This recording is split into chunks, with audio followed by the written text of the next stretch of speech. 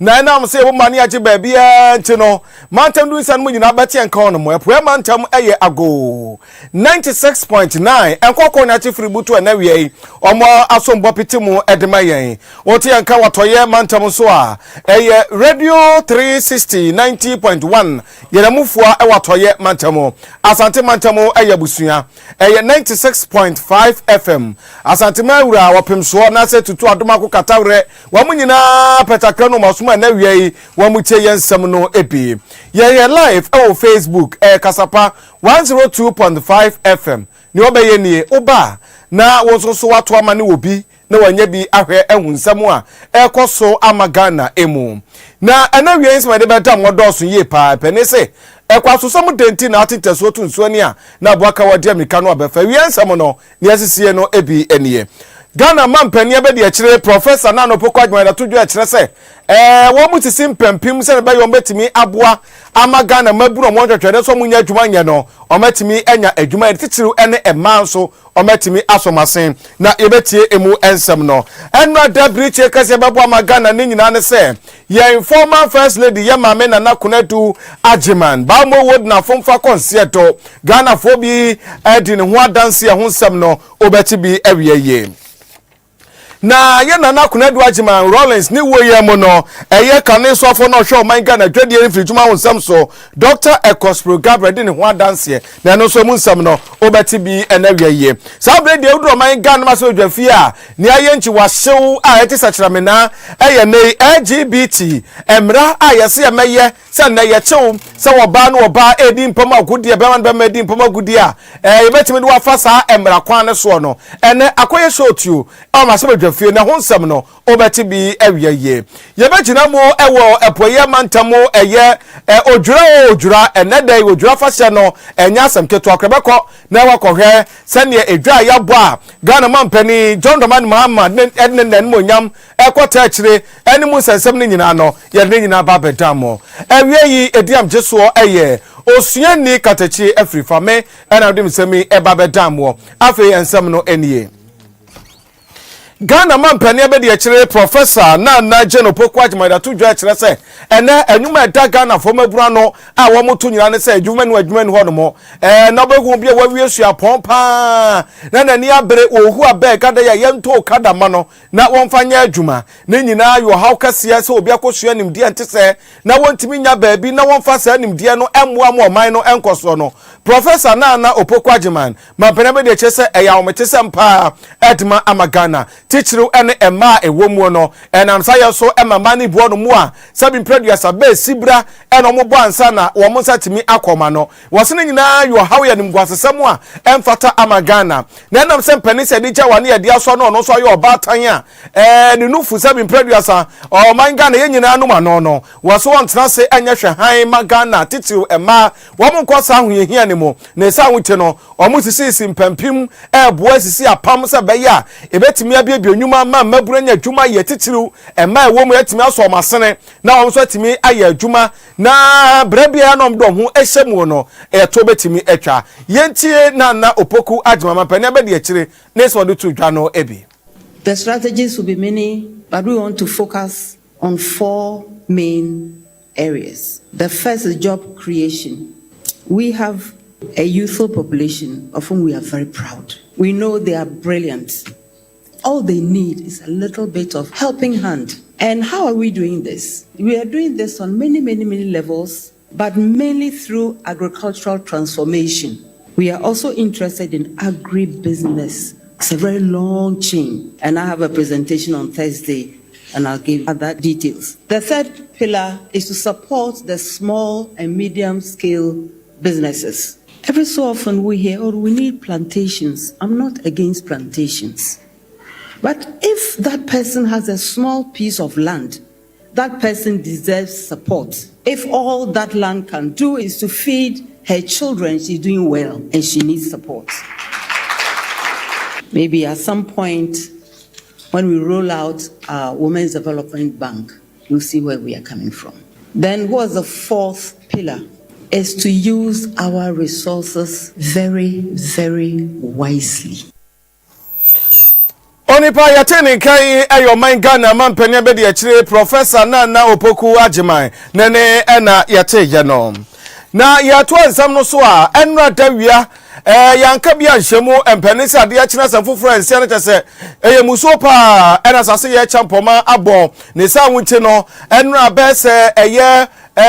non dubako ekobo eye non dumienu manasa premo ebeto ni mu no ena ebeto dwa ye de be hye yense woyimabu amakwa abofra bomfa ye nana konadu Ajiman na wono eye first lady former wadane benkom so na asemi ba ye no na asemi producer wase ato ebu ase na ye hwehwemu na ye hu ne etuamu ampaniapani ne ampa kwansi ena krata fra bankasie mu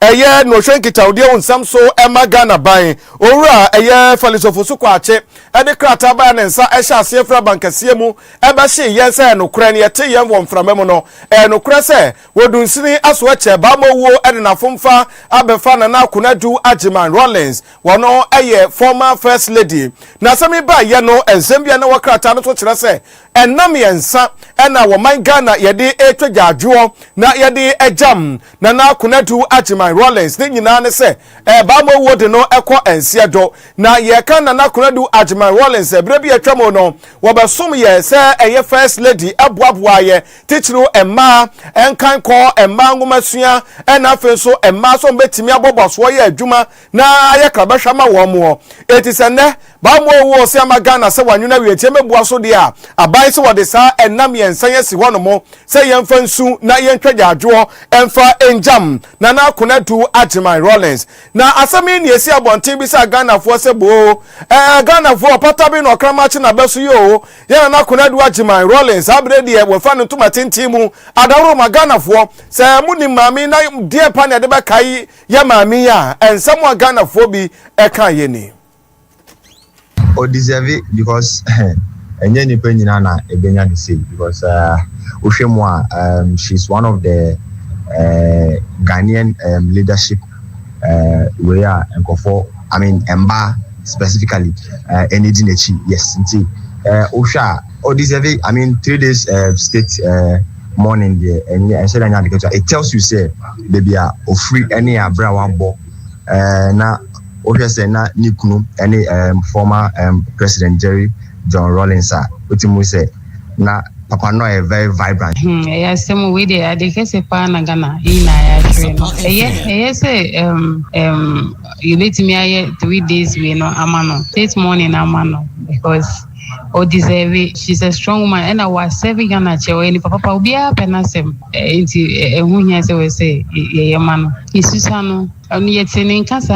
yesusa ina yetini genyini na e be do some guys so you know say abu yetini ka jo ba so be hono she so you looks young it's no we say yes had any man ina na dia to ni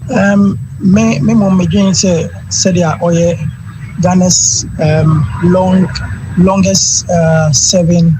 first lady no o deserve it 3 days we need to deserve it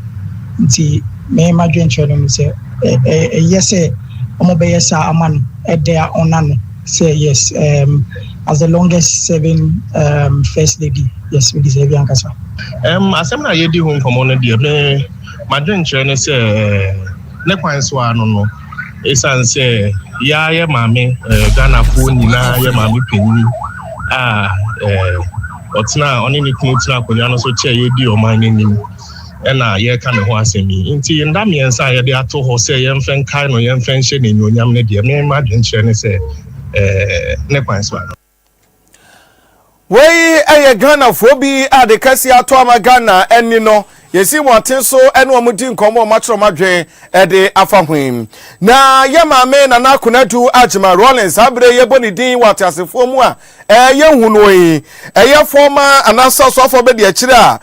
wosof kane so afọ no ene hwe oman Ghana dwadie ene evrijuma wonsem so Dr. Akosua Gabriel de Akasa na ne so kanyina ne se wono no wo obi a wone kane mampani dada wanya ne ba bi ekọ eye Lieutenant Jerry John Rollins one ne nanti yie pa na wone ne nante yie ntino na akwaya se wone ya maame na nakunadu Ajman Rollins so enante ye efise ye na nakunadu Ajman Rollins e kana samwe na wo obi a wodo ne kunu yie pa na bebia ne kunu wo bia no behu ne wo ho ne ku gina nifa no so gina nifa na so ne ne wa ne di nakra na eti enam sa ye so ema ne ben yie na wo se dance a obeka fa ye maame na nakunadu Ajman Rollins ho eyetiawa ne di kan wo obi a wo abojo chere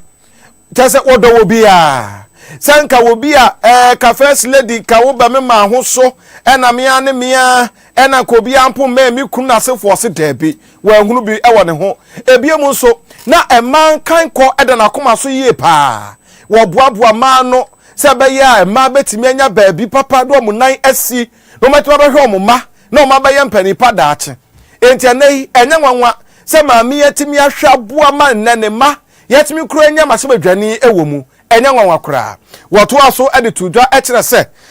wo manga na hwera de pa ne Yesu a wono Dr. Akosua Gabra wode wa hwea de kase pa fise maame no na oyobi a wa manyosemu eduru baabi a na wo chia maame fafo no wafre no eko demasema ka ye die na no kwa sa wo kan sa o sa ma ene mate na ta se omko manim entu akoyo obi asabio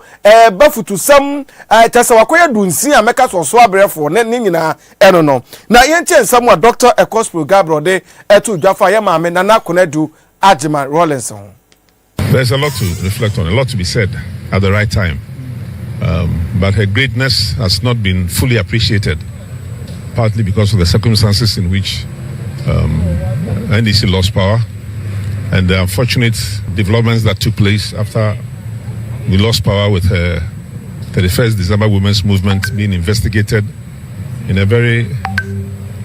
unfriendly manner by the Kufuor government at the time. The fact that she had to go to court for many years, and even her late former husband, President Rawlings, also had to be in court, sometimes standing for many hours. It was a low moment in Ghana's democratic development. But NDC has won power and lost power, and we've seen at different times when the former President Rawlings was also alive, he tried to restrain himself with many of the negative things that are going on in our country and which were going on at the time he was alive. And I believe the former First Lady also was very mindful of those things. Onipa yatene kan eye kaneso afo no na hwe man Ghana dwade ni frijuma wonsam so won monyamfo Dr. Akosua Gabra ne na yate ye no yeguso wa rewo mu ana no si yape na Cape Coast South emra se bedwane won monyamfo George Reketega so kasa ye na wo chese no kreni na nakunadu Ajman Rollins de o man Ghana ahwade ye pa efise boa wa ba boa wo man no ahonfama a wode na bra bo ne nkwa nyina si ho ma wo man Ghana nkanko na ba mo wode ne konse do no man Ghana wo wuo ayayade ye pa ye kase ni wuo no ebe ha wo bi a ya magana ebe ha ne papa efisa ahonfama wode ba boa ne kunu mo je o man Ghana si ho pagya o man no eduru mpempensuo bi a wo kotena afie nyina wante ana na wo fra na nsuo mu o tese obeba adwenkyere mu obeba bekyere na adwenkyere so obekyere rutimu se ampa wo obi a nasemo ka ne kyere se ampa se oye former First Lady to man Ghana abani say dia na edi na ayeyen. Yeah, I mean, we've all known Mrs. Ajman Rollins for, not personally, but we have known her through her public life, obviously with her husband, Jerry Rollins, for quite some time. You know, she's been in the public space pretty much all her adult life. And through that, we have known her. She's a very strong woman, very world woman. She is not a woman who stays behind. She herself has been in frontline politics, you know, obviously with her husband in the 31st December movement, and in her own right as head in a political party, having gone for elections and all that. We know her passion for the country. She was a formidable lady. And it is not surprising that she's done all the things that she's done, including mobilizing. When they talk about all these affirmative actions we are talking about, you know, she's one of the sources where we talk about mobilization of women, you know, to stand up on their own rights and do things for themselves. Onipa yatene nkan masebedwani ya wono jade se omo Cape Coast South abaton beso so won monyam for George Rickett Hagan ne na yete ye no yatoa ensam no eso na LGBT ene ho sansam a Ghana mampani dada na adodan kwakufu ado apenso ekoda masebedwamu ma ho nsam sa ye besan na oman Ghana ye hu ye gina ye ewo se bema wale ni yonko bema no ba awale ni yonko oba no Ghana yenso betimi enya yesusu yese ye de ya ani antum etianu anu tintontan wa ye bechew se wonam sa kwan no so wafo man Ghana mra na ese mra no achew ne ye de wafo mra kwan so ya so twe amomo hihye ntokuro mo yesa de no omo nso etimi afri ho na ya twe ho dare ko ba ya yewuma bi otunso ade bode ho no ekokoto ye ena Ghana mampani tata nanado wono so ekọ na humijie mu sesei eni sawnyoko na Ghana mampani John Dramani Mahama eda no aba na asasemi ena wonmonyamfo ye Reverend Timfo Jo no se da bia asem no ase yate ada ye yato na sawram yensan kofo mabrem na yenhu pempen so man Ghana edu ewo ho fi se yenya owura Sam George asabre no eni woti gina mu ma international platform so nyino kasa ye ene yendisi ba ye yente ho wakora ede na ekoso na asasemi ho na o man Ghana so afo a ohwa nwumaso ho nsam so won onyamfo na adrisu akasa ede afa ho ekese no krade eba kope nia ekoso no sabin producer moziremi som ene kisosom na nanom ahemfo krampo no sa ne ma no obie no mo beji atum wo man Ghana mu to munya botre entoto ye no wose atoto ye nema yie na yesi gina ye no eti mi ye megina se na ban na chenchena na yesi mi ehu sei wose no kreni ade anya de enye na so na mo tuo no Ghana fo no mso ntwen wope wo mo ntenai wo mo eguso a wo mo etoto eniema na empo debate ehye ho ehye ase a masebedwafie a we to ma ne benku na we ato akonifa eye edom kuma pani a woda no wonmonyamfo eye Alexander Fanyoma ke na nyasem ketoa we dwa live pa ne nyina mu ensam a wonmonyamfo na adrisu ekafa ho no ebini. When I see leaders in front shouting, that's not for leaders to do. If you are a good leader, you must have those who will do that for you. I saw them a while talk about LGBTQ and the Honorable Habib. Interesting times in Ghana. You were in Ghana. Parliament passed the law. Nana Addo Dankwa was in breach of the constitution. You didn't have the voice. He didn't read Article 106, 106.7.8. Read it.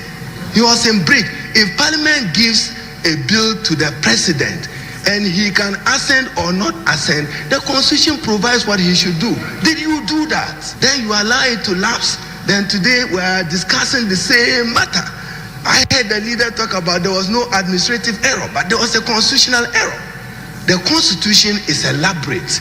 What do you do? It's not to say that President Akosua can't disagree with Parliament. But if he disagrees, convey it back to Parliament that I disagree with you and this is my reasoning. I will not do it because of this reason. We should pass it. Or I simply would have ended by saying, why didn't you pass it? By it to be passed. Thank you. Onipa yatene nkan yo man Ghana so afo hwangumasu awon nsem so wonwonyamfo hare na Idriso nene na yete ye no na ma yefa weyi entwamwe wonwonyamfo eye Davis Opoku and Samatwe Dwani ma dehia womo ewo empraye so wasesa bin producer say okobi na wanka bia eye de kasema enyeye ne nyina ne say ye ma me kunadu Ajman Rollins wonya ne ba bi ekono woso wo bi ka na ne nyina eye 31st December eye women movement no wose ye ma me ebo modern kire say ema ewoso munya kukuduro brane na wo mutimi edi gina na wo jo mo fa ahodie etie maami gba oboso di manim ema wo mo ye kira na nyasam ketu akra ema ene ema timi nyomo fa ahodie a na se ne wo kɔ ne kra akiri na se ye kai no a wo so no so beka bi na mom ne de no de kai ye maami 31st December women movement no eno no de kai na ye nche nsam a wo mo nyamfo Davis Opoku ansam ase badwani ma de sia wo mo praye so no so kan ye. First of all, on behalf of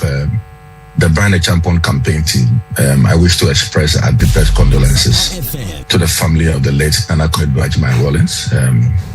fact, Ghana has lost an extraordinary woman whose life was defined by courage, service, and an unyielding commitment to the advancement of women and the less privileged. I mean, we remember Nana Kunedu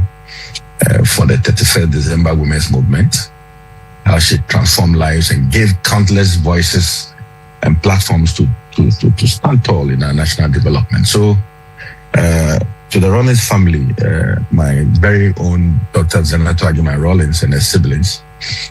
we share in your grief and we stand with you during this difficult moment. Oni pa yate ne nkan employer so ma se bedwani wo no nyamfo Davis Opoku ansa nene ena yate ye no na nanu si yapa ena Zuwera Muhammad Ibrahim ma se bedwani ma de hia wo mo ewo Salaga South wono so da no tumu bi ediye maame na nakunadu Ajimai Rawlings so ho adanse ese yen ya yenyiye say yeni etiti ye ba late 80s early 90s ono na yen so ye hwe no na edi sese ya brabo hwe tie ma mi no kasa no ka emma sema me me friend me the woman of women ma mi no ba ye no ma emma yasem epejaye enne nyankopon ada wo ye wo affirmative action law ni nyina free juma ma mi eye from the late 80s through the 90s this year ye parliamentary correspondent they be a national event this year mami beba parliament including the last state of the nation's address or when you Ghana mada proda ejina Ghana echi tene Ghana ahwe ye mami no and so Ghana o man no say ye ko archives the say no pay no ko GTV akoye program interview and amaso ko page archives na we from magazine to aflawo na ko be footprints ewo and crying to Paga to Lambusie to Garu Pusiga Timpan the foot and na ye ka say me ankasa me constituency Salaga South me renovate school 31st December women's school sisi amika say contractor was so oye hundred mami ada wo mami no kire yen say ye mami no omo betimi edudwa na still omahwe omumma ede no ye onam edwa asi esisi cages childcare centers bibia ye mami no sori anopa no maja nkwala no na ehwe omo so no makudidwa no omo so nya bibi dia befie tie ka women empowerment nyina chichiru enu ano onipa yate ne nkan eye Zuwera Muhammad Ibrahim masimedwani ma de shomo Salaga South abato beso aso nene ena yete ye no na yatoa ensam ne so a masimedwani ma de sha wo mo ewo eye akemodan onmonyam for Alexander Kwasi akwa na eka sei wo de atodwa kire se enokra de ba akopɛ bra na NDC fo wo mo opposition no galamse ntokwa no sami jamfi tampopeti se ni wo kwakɔ preachi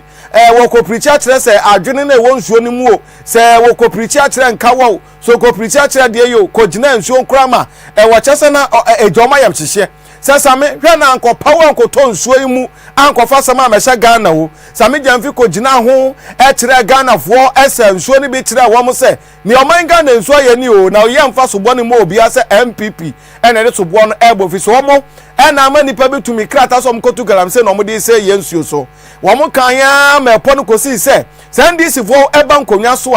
a galamse aye hu ni nei ye hu biem nyame ye Ghana fo adomo mo koto aba ma Ghana mampani JD mo na satam no odi ani si dom na nim no wodi nkonem se so ye mampani na no na won mo nyamfo eye Alexander Kwasi akwada tudwa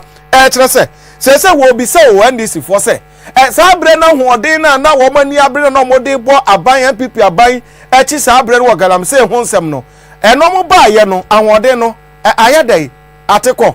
ene mo pen energy drink bi no why na ahode ne nsamra na galamsey no se ye nsuo no sa anya atwom na amoye no a na mu tumfutoku Ghana fo ni no na sam ba ye no Ghana fo hum nkrobo efa galamsey hu won mo nyamfa kwasi akwa ne nsem we se tudwa abra a woni ye nua ba akua sonto edi nkomo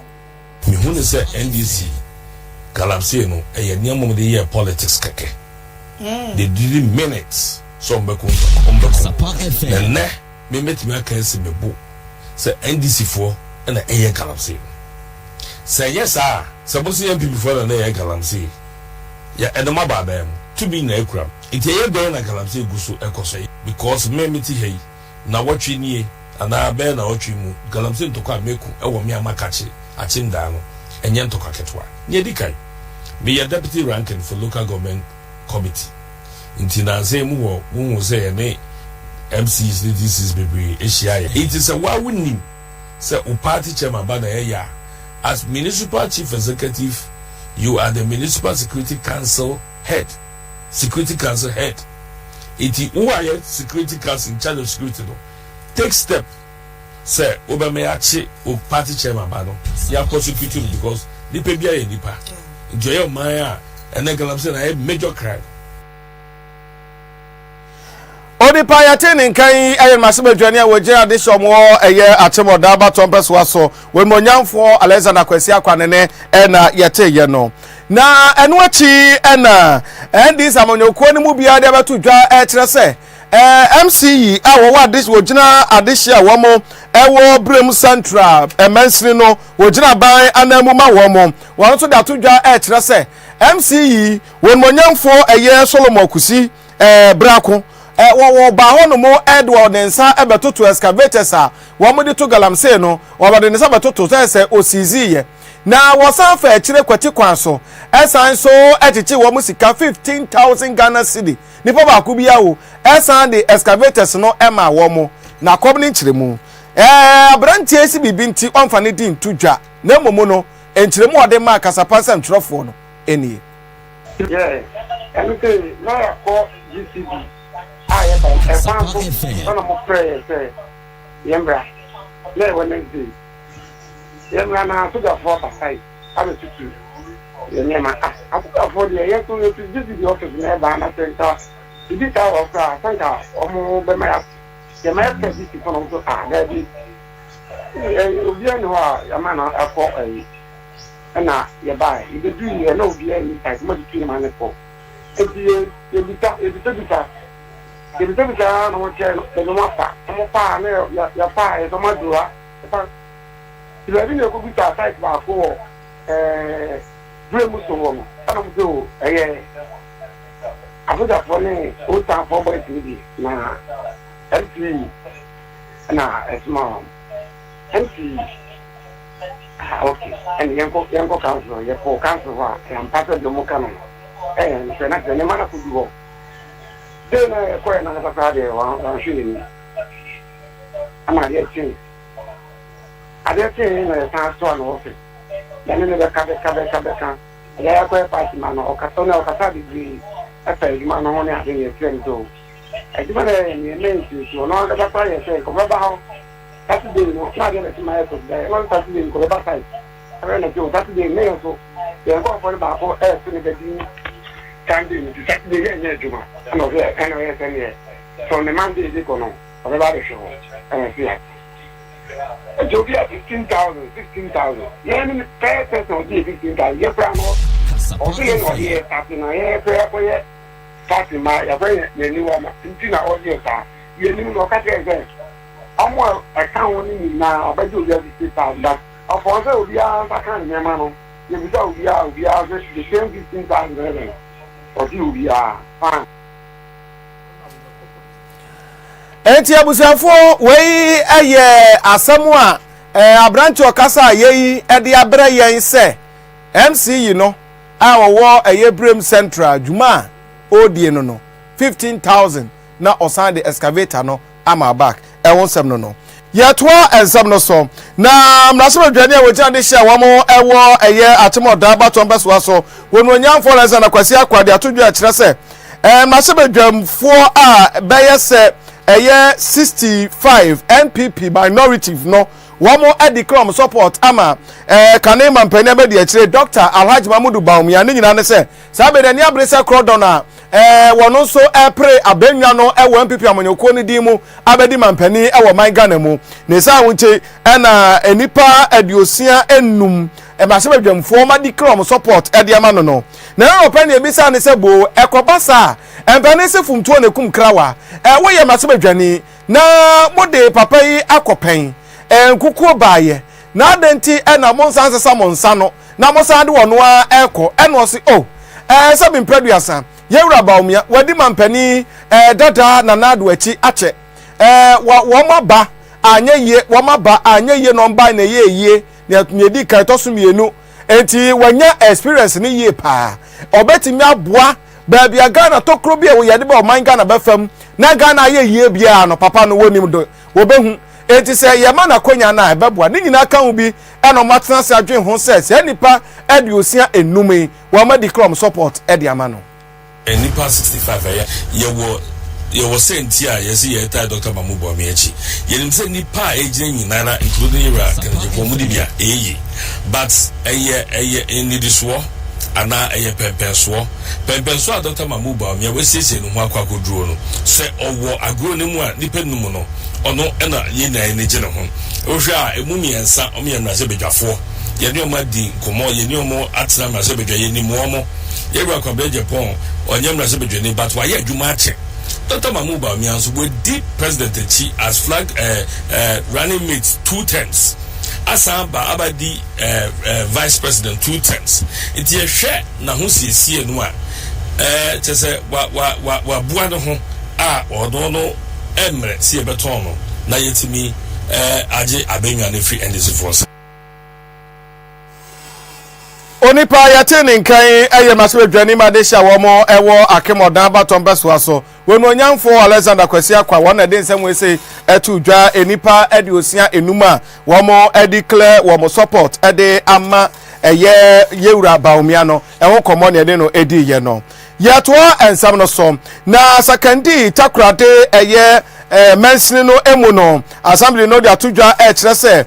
wo ma share project foforo ase no eye makomako edumiensa 13 new project no ni nyina no ehye eye district assemblies common fund no ase na sa project ye de since se ye ni kan nyina bo ma hu sika hyew no eye 13.167 million Ghana cedi enye sikawa na say adom ba ye adwuma yie pa na abra eye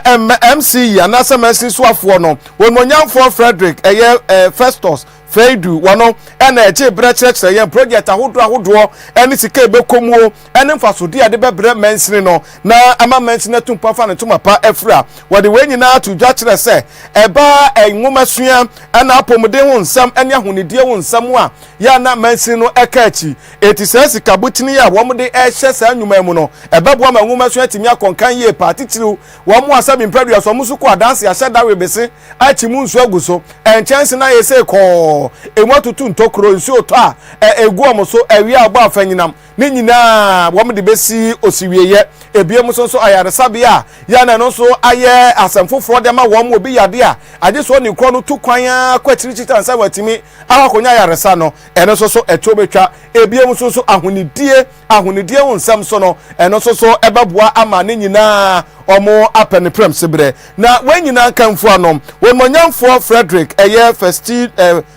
Festinos wano ejebre ene samtrofo kasa yepunkunta nyina ede kire wo musei. The common fund came with guidelines. We are supposed to put up a 24-hour market which would take 25% of the common fund. Now, as an assembly, we've decided that we shall remodel the Kojokro market into a 24-hour market because of its proximity to the railway station. We believe that the linkage will make the activities at the market boom. We are supposed to put up in the education sector, 10% of the money goes into the education sector. And we are to build a KG, which is being put up here in secondly. We will put up a JHS classroom which we have sent to Prophet Nkansa School in Kojokro, and we put up a 6-unit classroom block for primary school. We are doing this at Adembra, Nana Kobnejan Primary School. The buildings are in very dilapidated situation, and we hope to revitalize all these ones. It's a very old school. It has produced a lot of prominent people in their country. But if you go and look at the school, it doesn't speak well for us. This metropolis is made up of 3 sub-metros: Takoradi, Sekedia, and Eskadokata. So our approach is to spread all these projects in all the 3 communities or sub-metros. For instance, 10% of the common fund is to be used in putting up a chip compound, 2 chip compounds. We are putting one up at Kansarolo and another at Eshim. Now we have sent all these 2 projects to Eskadokatan because that is where it is that constituency that is now expanding. Most of the developments, the new developments are taking place in Eskadokatan, Eshim, Mampon areas. Onipa yateni nkan eye mesni soafo ema eye secondary Takoradi mesni no mu onmonyamfo Frederick eye Frestinius nene ena yate ye no na yeto asasa kotina mu ewo eye odwura ne nyina ne se odwura eye afahye anananom a womo ewo ebri ene ne nkrado ya na womo edi ye de kan se nananom tetefo tete na nananom eye abomofo enti nananom enhyiamu die bi atise no eya na etuo ya tututuo na afenso ye fura tuntum ne nyina kire amamre ne amane enti odwura fa hye nya asam ketua enam so ema ewurukasam koso nanso manka na prosifo ade atodwa kire se yade a wo mayire bambo mpetepe wo odwura no mu a wo yakora bedi nchim no edi be ye pa na ne nyina mu no enedai na ye bodwa amaga na mampani eye John Dramani Mahama ene ne dom kopie odwura fa hye no ase na yede ne nyina aba awieye na yakoma no so yama ne boni Steven Ansa wano ebutu odwura fa hye no ase na wane yen emonkomo entwamfoni enkyere yen etimu amohwe live ewo eye Facebook na fenso Ago TV eswo no aha afahye no sei na etie yehye efri duada ekwa kokosi eye kwasiada na kane no odwura festival no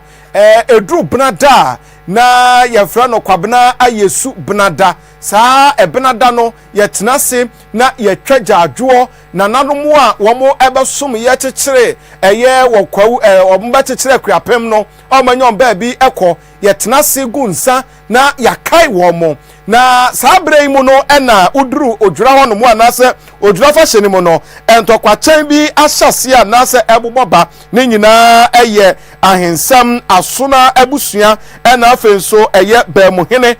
nyasam ketua ne nyina eye odwura fa hye ahensam ntebe ho ase a sisi wo no mo na kwabena yesu bunada ameka no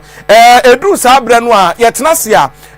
wantwi watimi wakame adedie no na wowei ene amfa ma we ne adima wei enti amabusua we atwom ho de afri akonwa ne ho sabre ni mu ne yetenase ne yaka ne nyina na de asomdwe aba nanso kwabena yesu bunada idie ne de amfa somdwe amasa yama ne boni eye Steven Ansa aba homa ne so Steven me mo ha mo akwa aba eba Ago TV na Facebook Kasapa kase so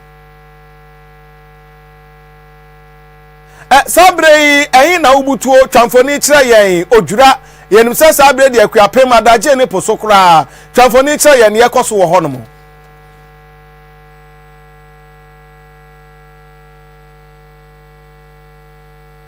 Kasapa FM.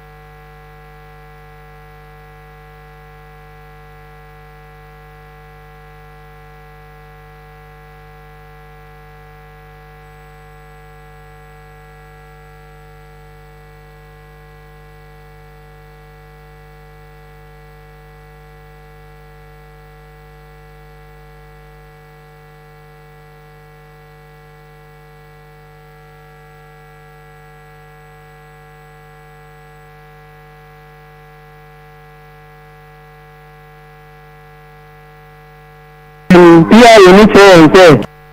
ɔmo ɛde polisifoɔ ɛdodoɔ bebree asen akɔgu ɛyɛ baabi a afahyɛ yɛpɛ so ahwere ase hɔnom ama sɛsi adeɛ asomdwei ɛne ɔdɔ ɛne biako yɛ ɛkɔ so a yɛnya ɛnte basabasayɛ bia ɛwɔ ahwere ase hɔnom. 7 nano benada no yenim sa yenim amamere ne amane mu no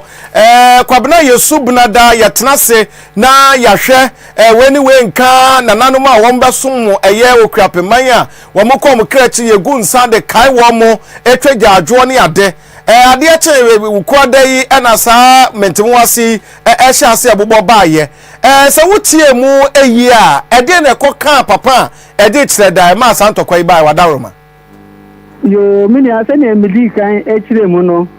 eye mentime ho ase a epie wo enipa emienu entem a baako ye abokoma hene ene baako nso eye abemuhene a omo ahwere ase na ne etie ni se wodi ojura afase na ewo se woye amamre na wodi a lifted ban on drumming and noise making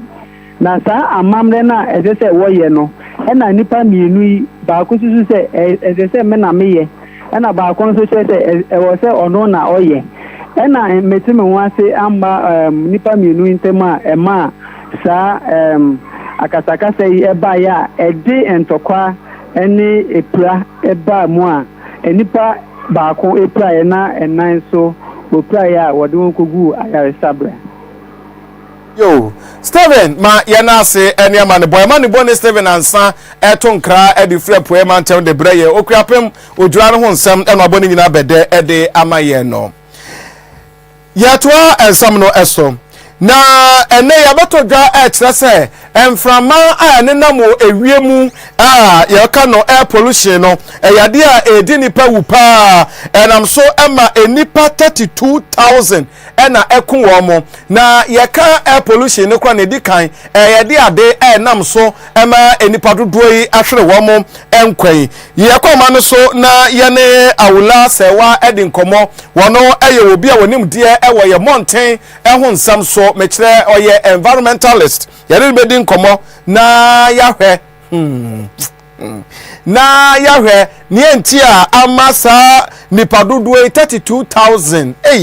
a wama hwe wo mo nkwa no ede enwusi ana sa de nkwa na nam wiemu a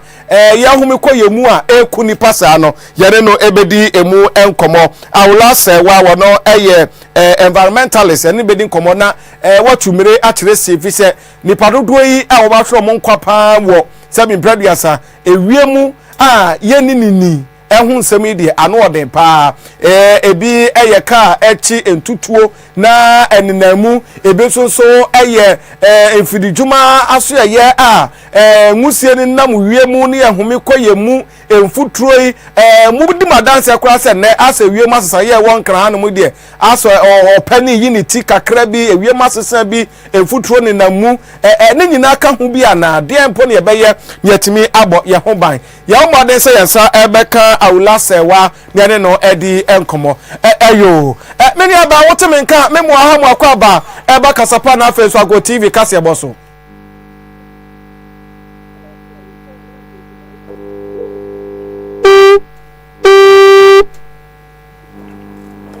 yɛwɔ bɔ nsi sa bɛka awula sewa wono eye environmentalist ene bedi nkomo na watumire akyerɛ si akyerɛ yɛ ama yahu nia ekoso ewe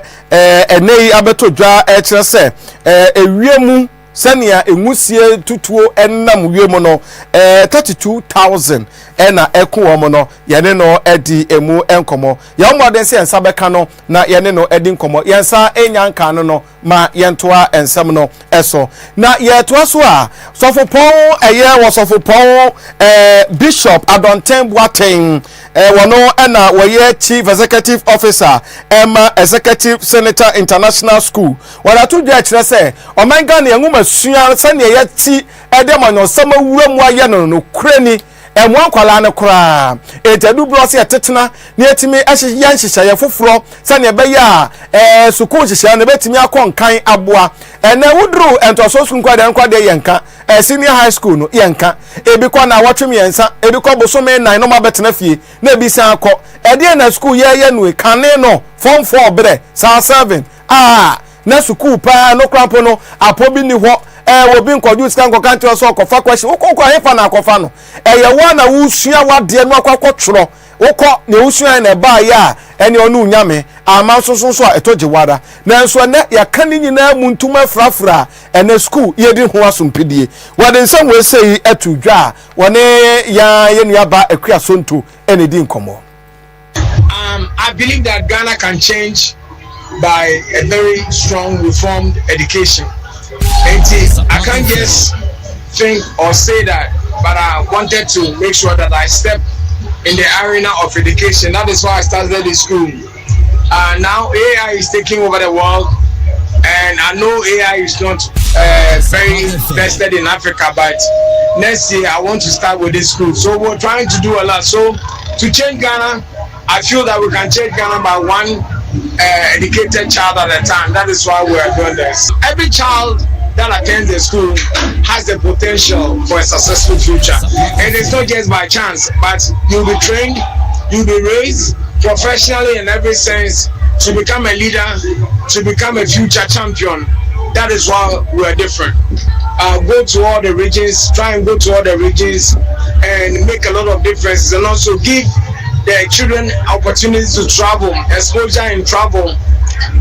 Next year, some of them will go to Namibia. We have some that will go to also South Africa and America and United Kingdom. So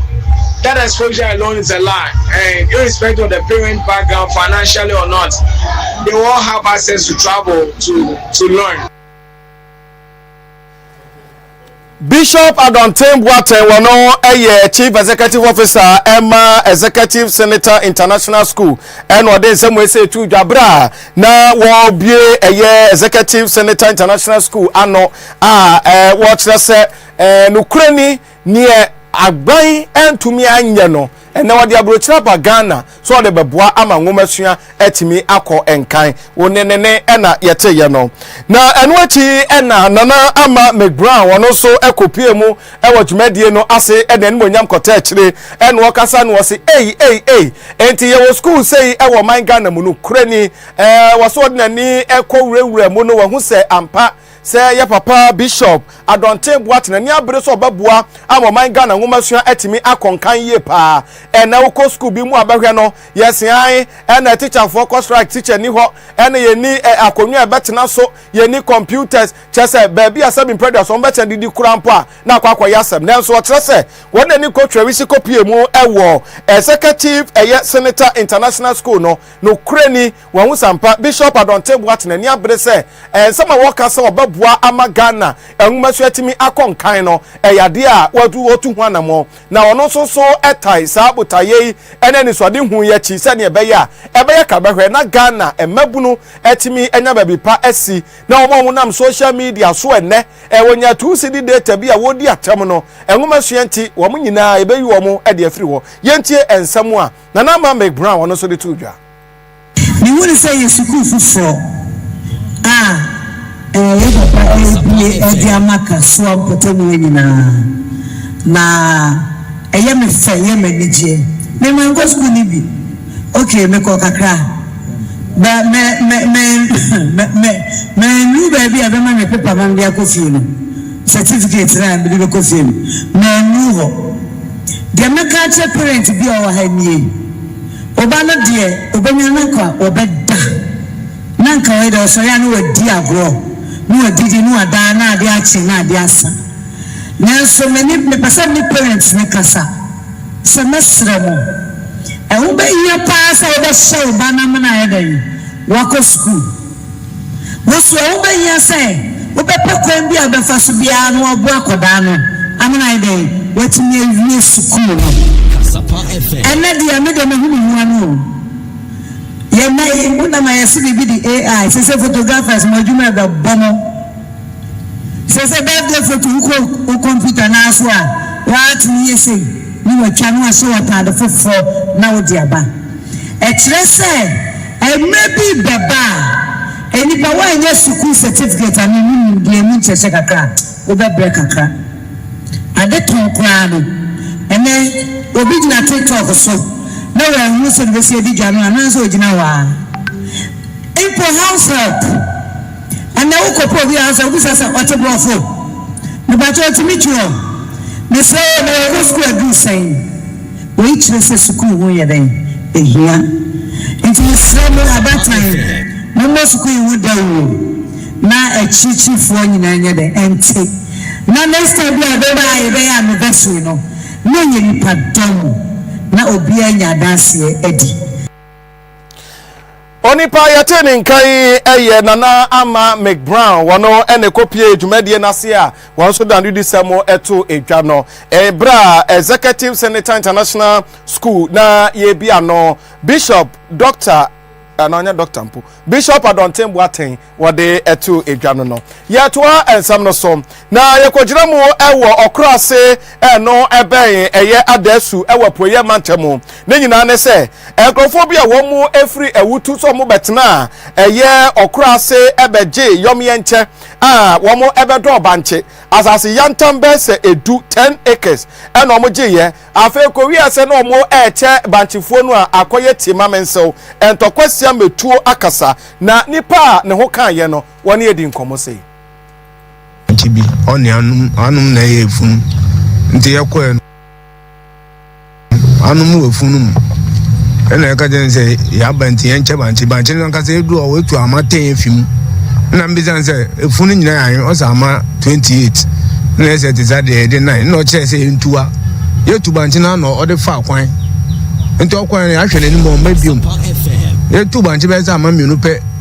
ye wa metwitwa na mi hu se ninja ne boys ne pre o mama won shoot pepe eye me ndwane yesi kan ne ye we mobile phone no wa jeje ni nyina enti om kitabobo ya no mma bobo ya me fa ye kon om start buru ye okwan no so no mo de tuo no pimpim ye nim ona ne no ba ko de tuo no pim me nim se enti edu a pa junction ye ko na edu chikata on na ninja no tutuo na tuo no abuba no be fa me ha enti tuo abuba na ye me ha se no bra kan sa na eti emse an pay dia na banchi bia ese ekutu banchi e ko se ekutu banchi no banchi na etu na Langard football omba am se men gwan am chutu e and they almost started a bro ya twen bra kwan so pepper spray egu meni ni o hwe ti bro na obro ni tuo no o tun pim ni ana be sa abobo ya ba na me san gwa abobo ya no nti e ko na ba ko ka se won fo am fo van ko poru na ko kum ye pleko na ba ko se de bi am fa yan ko police station na mo ti am de ko police station na ye du police station na police say na ko ye ko ne shite no am fa yan ko hospital na on titi answer ye ko hospital na titi am titi yan wi na mo san de ko police station na ye na mo ba na am be yan ya ba fie no say dem yes aba penfo IGP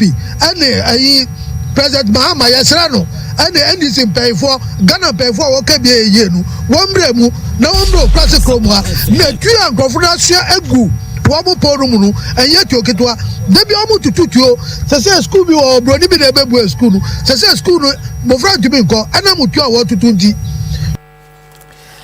enti yamianche banchifuo ewon tokwa ekoso ewo eye adasu okrase no ena womo aboni na bede edi amaye no sports atom aye krado ye kwago pramaso na kwa ensemu a ekoso atom so mienkwai osi yende yenye yamianche ekuru hu dabi daddy okay ti se mamu asase se asase ni nie do banche no eba ye bechemu mienu ofafa no mafafa yemi okay I get okay radiation come na say the Ghana Premier League match day 7 ade betimi abasona starting off from and the Friday was a mouth watering game bombu kwan the Pando Hearts of Lions early basketball listers be pem so 3 p.m. the Pando Sports Stadium nyapa Saturday ochna Mediana Football Club the Dreams FC so the be pem so and also Saturday games on Sunday games ni bi ebetimi atodwa Hassel Folk was the Accra Sports Stadium against Bibiani Gold Stars big game na eno NHS coach and din Eddie Mazdidi Dramani din come out of the game or see Bibiani Gold Stars team na a very good league champions and defending champion, but phobia be back very hard. Now, the maximum 3 points. I think that it is always good to live in the present and then to look into the future. And so in the present, it is always good to live in the present and then to look into the future. And so in the present, all that we have to continuously do is to try to improve in our various aspects of our play and then also improve individual players so that we can always have a comprehensive and a consolidated team. I think that we have many aspects that are getting better and better in terms of our team structure, and what you just mentioned is part of our team structure, and there's still a lot to improve on the team coordination and also the decision making on the last head. We are still an improving team and we continue to improve both the team structures and also improve. Team individually, I'm very good. Sunday games it me to us Mediama Sporting Club and the Radio Oblaks the Takwati and 3 p.m. sounds on a summer test Ho United and also bit my basso the Century Sports Complex 3 p.m. Nation FC and 11 one days game and so a bit my basso Young Apostles and a breakum Chelsea and so Sunday games are a bit me Abashan say Kotoko any Vision FC game they postponing now Carolina United any Bichem United so at Bepem and 3 p.m. now Kasim Mengo head coach Edman Nation FC. When we say how many bobu kwani di 11 wonders FM so war the Kwame Chase Sports Complex on Sunday 3 p.m. Now head of the game also didn't come say Etuja. No worry, home game. We don't have any excuse. We have to approach it with all determination to win and collect the maximum 3 points. It definitely has to be a must-win game because we are playing at home. And we don't have any excuse to go all out and play and secure the 3 maximum points. So they should continue supporting us, pray for the team. It's not over until it's over. We have more matches to be played than the matches we've played. So they should continue supporting and God willing, it will be okay. We Erin Sema Chesepapa ni Dean Erika Simingo di Tuja. Jadon Semina Emma Eko PMO Ewa Manani Nko one say over the weekend on Sunday El Clasico bet Babaso